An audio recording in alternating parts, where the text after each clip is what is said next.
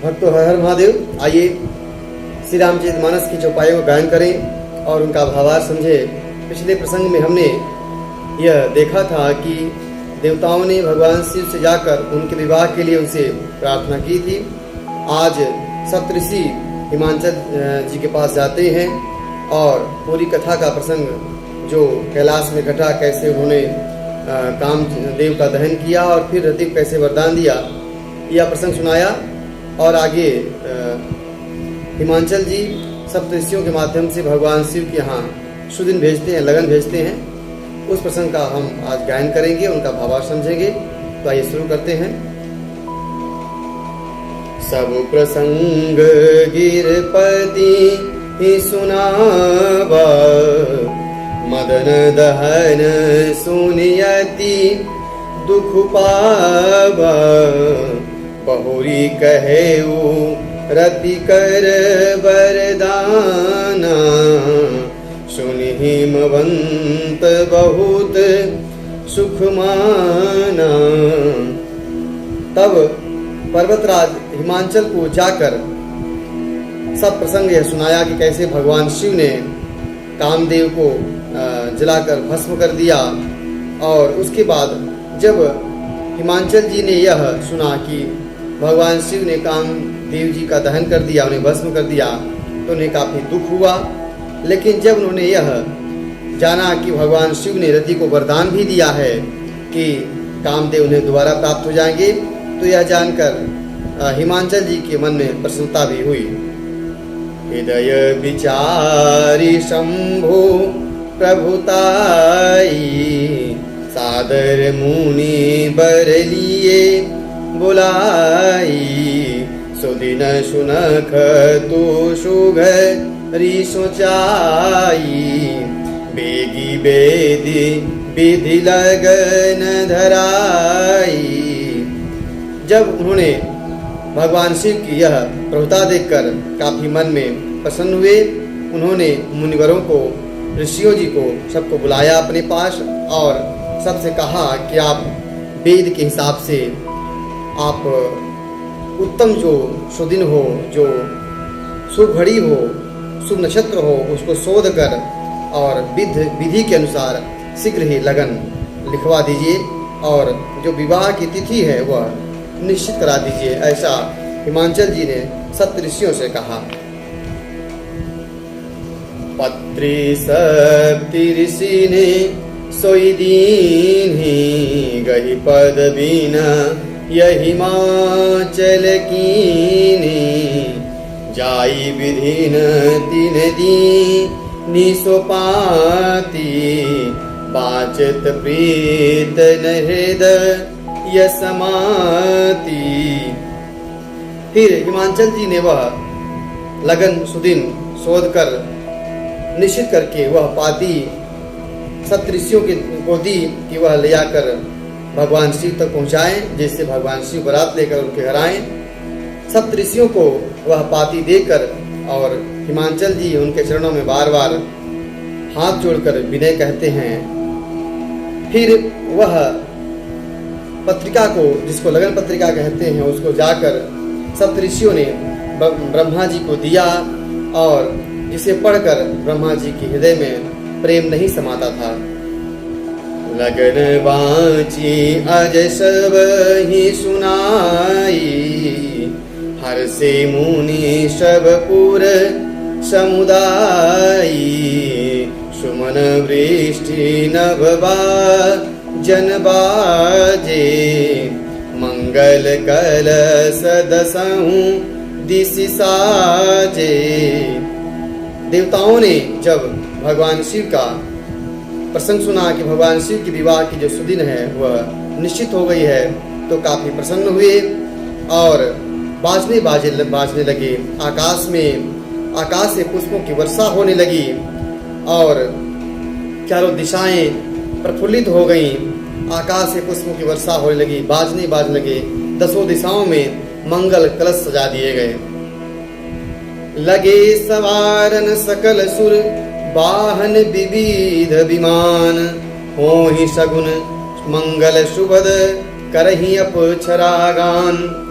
जब भगवान शिव के विवाह का समय निश्चित हो गया तो सभी देवतागण अपने अपने विमान को सजाने लगे, अपने अपने वाहन को सजाने लगे, खुद सजने लगे, संवरने लगे, क्योंकि बारात की तैयारी होने लगी।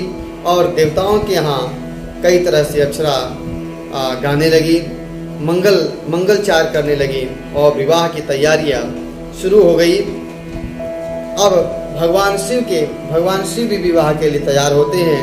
उनका वर्णन गोस्वामी तुलसीदास जी चौपाइयों के माध्यम से कैसे करते हैं, आइए भगवान शिव के श्रृंगार का वर्णन हम चौपाइयों के माध्यम से और उनके भावार्थ को समझेंगे।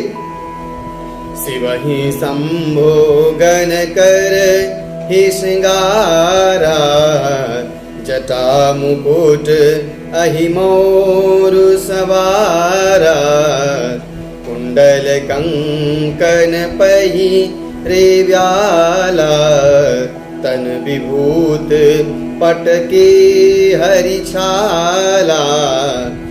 भगवान शिव का श्रृंगार उनके रुद्रगण, उनके जो साथ में रहने वाले रुद्रगण हैं वो करते हैं। कैसे करते हैं? भगवान शिव के जो जटाएं बिखरी थी उन्हें समेटकर और उसका एक जूड़ा सर के ऊपर बना दिया, जिससे वह जूड़ा मुकुट के समान दिखने लगा। यूँ कहें कि वह बालों को समेटकर सिर के ऊपर बालों का ही मुकुट बना दिया और सांपों के माध्यम से, पतले पतले सांपों के माध्यम से भगवान शिव के सर पर मोर सजा दिया और सांपों के ही कुंडल और सांपों के ही कंगन भगवान शिव ने धारण किए और अपने शरीर पर विभूति को लपेट लिया और वस्त्र के रूप में भगवान शिव ने बाघ चर्म को अपने शरीर में धारण किया। आगे शशि ललाट सुंदर सिर गंगा, नयन तीन उपवीत भुजंगा, गरर कंठ उर नर सिर माला, अशिव वेश शिव धाम कृपाला। उनके सिर पर सुंदर गंगा, मस्तक पर सुंदर चंद्रमा तथा 3 नेत्र। भगवान वासुकी जी भुजंग बने हुए हैं, भगवान वासुकी जी उनके जनेऊ बने हुए हैं। कंठ पर हलाहल विष शोभायमान है, हृदय पर नरसिंहों की नरमुंडों की माला है। भगवान शिव का जो वेश है वह अशुभ है, इसके बाद भी भगवान शिव कृपा के धाम है, दया के धाम है।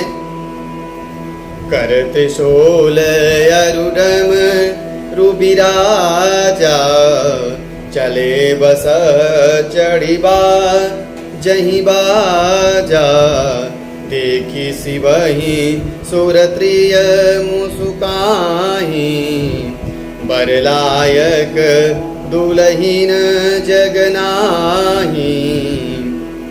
एक हाथ में त्रिशूल, दूसरे हाथ में डमरू भगवान शिव धारण किए हैं और बैल पर चढ़कर वह बारात के लिए तैयार हैं। इस रूप को देखकर जो देवांगनाएं हैं वह मुस्कुरा रही हैं कि इस दुल्हे के अनुरूप तो कहीं कन्या मिल ही नहीं सकती हैं संसार में।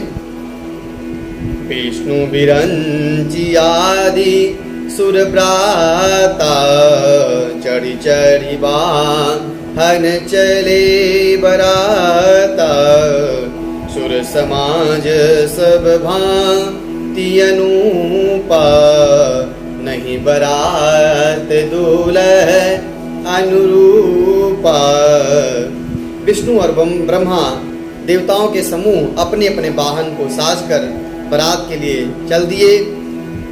देवताओं का सब जो समाज था हर प्रकार से अनुपम और सुंदर था, लेकिन ये जो समाज था, ये बारात जो थी देवताओं की, वह दूल्हे के अनुरूप नहीं थी। विष्णु कहा असी बिहस तब बोली सकल दिशिराज, बिलगी बिलगी होई चलहूँ सब निज निज सहित समाज।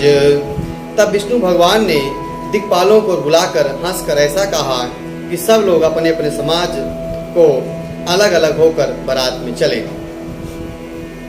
बर अनुहार बरा तन भाई, हंसी कर हैं हूँ पर पुर जाई। विष्णु बचन सुनि सुर मुस्काने, निज निज सेन सहित बिलगाने। हे भाई, हम लोगों की जो बारात है वह वर के योग्य नहीं है। क्या हम लोग पराये नगर में जाकर हंसी कराएंगे? विष्णु भगवान की इस बात सुनकर सभी देवता अपनी सेना सहित अपने जमात को लेकर अलग अलग होकर चल दिए। मन ही मन महेश मुस्काहि, हरि के बिंग बचन नहीं जाहि। अति प्रिय बचन सुनत प्रिय के रे, भृंगी प्रेरि सकल गण तेरे। महादेव जी ने यह जब देखा कि भगवान शिव व्यंग वचन कह रहे हैं तो अपने प्रिय के व्यंग वचन सुनकर काफी वो मुस्कुराए और भगवान शिव ने अपने गढ़ भृंगी को आदेश दिया कि आप अपने समाज को एकत्रित करें और बारात के लिए तैयार हों। शिव अनुशासन सुनी सब आए, प्रभु पद जल जसीस तिन्ह नाए। नाना वाहन नाना बेसा, बिहसे शिव समाज निज देखा। शिव जी की आज्ञा सुनते ही भगवान शिव के जो समाज के लोग थे, उनके रुद्रगण थे, वह आकर भगवान शिव के चरणों में शीश नवाकर वहाँ खड़े हो गए। तरह तरह की सवारियाँ, तरह तरह के वेश वाले समाज को देखकर भगवान शिव काफी प्रफुल्लित हुए और काफी आनंदित हुए। को मुखहीन विपुल मुख काहूँ, बिन पद कर को बहु पद बाहू। विपुल नयन को नयन विहीना, हृष्ट पुष्ट को अति तन खीना। भगवान शिव के समाज का वर्णन गोस्वामी तुलसीदास जी चौपाइयों में करते हैं कि कोई बिना मुख का है तो किसी के शरीर में मुख ही मुख है, किसी के हाथ पैर नहीं है तो किसी के शरीर में हाथ पैर ही हैं, किसी की बहुत सी आंखें हैं तो कोई बिना आंखों वाला है, कोई बहुत मोटा ताजा है तो कोई बहुत दुबला पतला है। इस तरह के समाज भगवान शिव की बारात में है। तन खीन को अति पीन, पावन को अपावन गति धरे। भूषण कराल कपाल कर, सब सद्य सोनित तन भरे।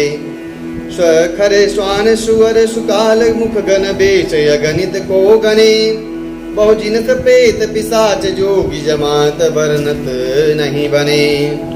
को बहुत दुबला है तो को बहुत मोटा है तो को बहुत अपवित्र वेश धारण किया है तो कोई को बहुत पवित्र वेश धारण किए हुए है। कोई भयंकर गहने पहने, हाथ में कपाल लिए है। सबके सब शरीर में ताजा खून लपेटे हुए हैं और सबके मुख जो है, किसी का मुख गधे के समान, किसी का कुत्ते के समान, किसी का शुअर के समान तो किसी का सियार के समान मुख है। गणों की अंगित भेषों की भाषा का वर्णन कौन करे। पिशाच और योगिनियाँ की जमाते हैं, उनका वर्णन भला कौन कर सकता है। बाबा इस तरह से लिखते हैं, नाच ही गावहि गीत परम तरंगी भूत सब, देखति अति विपरीत बोलहि बचन विचित्र विधि। बाबा कहते हैं भूत प्रेत और पिशाच नाचते हैं, गाते हैं, सब बड़े मौजी हैं, देखते ही बहुत ही बेढंगे जान पड़ते हैं और वे सब अलग अलग बहुत विचित्र ढंग से एक साथ बोलते हैं। आगे हम भगवान की विवाह की कथा का गायन करेंगे। आज की कथा यहीं तक। हर हर